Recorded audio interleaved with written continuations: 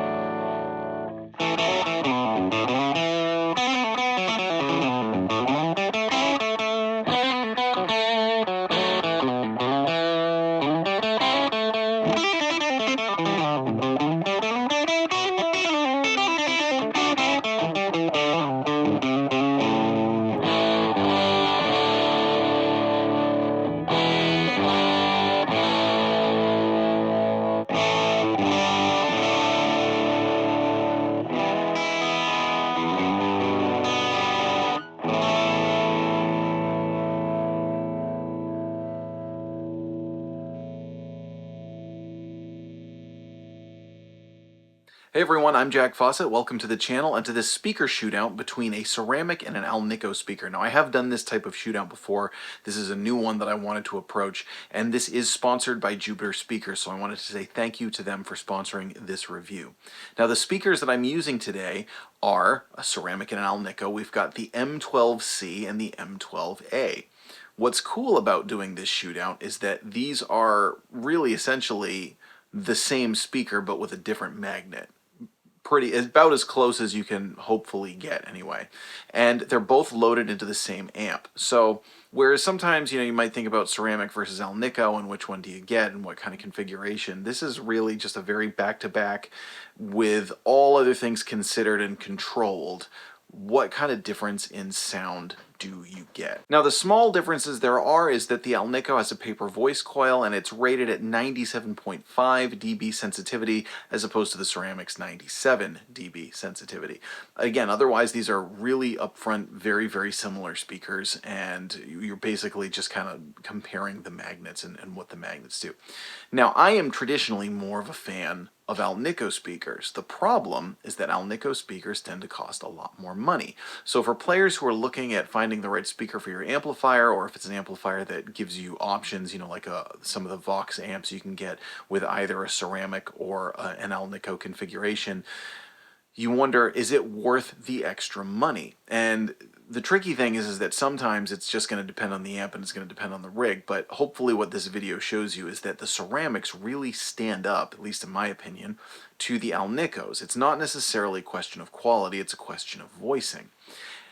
That being said, while the voicing difference can be subtle, sometimes that subtlety makes a big difference, right? So if you think about an amplifier like a Fender Deluxe Reverb, or like a Vox that's really, really bright and edgy, sometimes just kind of warming up that top end, which the Alnico tends to do, can be worth it. It can make the difference between your amp sounding great and being really usable, or your amp feeling like it's cutting your head off all night when you're playing at loud volumes at a gig.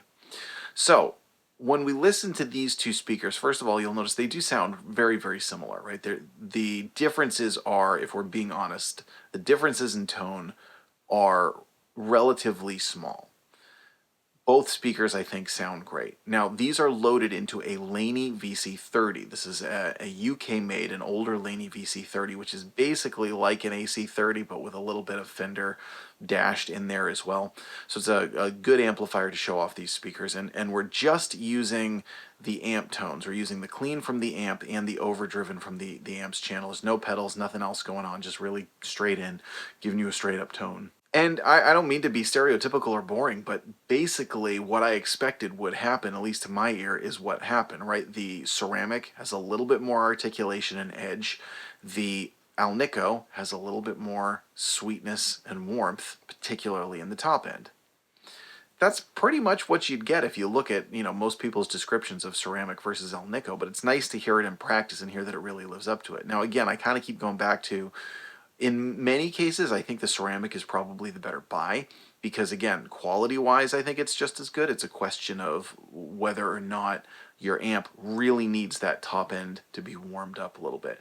Now, sometimes your amp may benefit from the Alnico just with that particular voicing, but it might not quite be worth the extra money. Obviously, that's something that's going to be different for everybody, kind of something that no one else can decide for you. It's a question of how much do you want to put into a speaker, how much do you want to put into your amplifier. But let us know what you think. Which one of these did one of them stand out to you as better than the other? Did one of them stand out as like, oh yeah, that one really I liked? Did you like the ceramic more? Again, my ear tends to like Alnico speakers more. Sometimes in big band settings, ceramic speakers can work a little better because that little bit of extra edge can kind of help you punch through and be heard in a mix. So there's all kinds of different ways that these can work and factor in. Now you've just heard it with a Gibson Les Paul overdriven. Now we're going to play the Les Paul clean, and then we're going to do both clean and overdriven with a Telecaster so that you can get hopefully a good mix of what these speakers sound like, giving you kind of the same thing on each one. Now I'm going to put a link below where you can find Jupiter speakers. Again, this is a sponsored video by them, and I want to thank them for sending these speakers over for me to do this review. I've been breaking them in a little bit and trying to get them to sound good and everything to do this shootout. They make excellent speakers that I love using. I have their speakers in a bunch of my amplifiers, and I'm not sponsored to keep them in my amplifiers, right? I actually keep them in my amps because I think they sound really good. Particularly Fender Blackface amps, I think they really do a wonder for. I have an Alnico Jupiter in my Fender Princeton, and I also have a ceramic and an Alnico pair in my Fender Twin Reverb. It's the green ones as opposed to this one. And they just absolutely made those amps come to life. So I'm a big fan of Jupiter speakers, and I'm thrilled to be working with them again. So let's get to some more tone. Let us know what you think. If you want to support the channel, below you're going to find a link to my website where there are gear recommendations. Those gear recommendations are all affiliate links. If you shop through those links, I get commission at no extra cost to you. So that's a great way to get cool new gear and support the channel at the same time. You'll also find my PayPal and my Venmo. If you leave me a tip of $7 or more, I'm going to give you access to a website that has tons of downloads, all of my original music, as well as jam tracks, past, present, future. You'll have access to anything I record and upload there in the future. So that's another great way to support the channel. Please remember to like, share, and subscribe, and I hope you enjoy the rest of the video.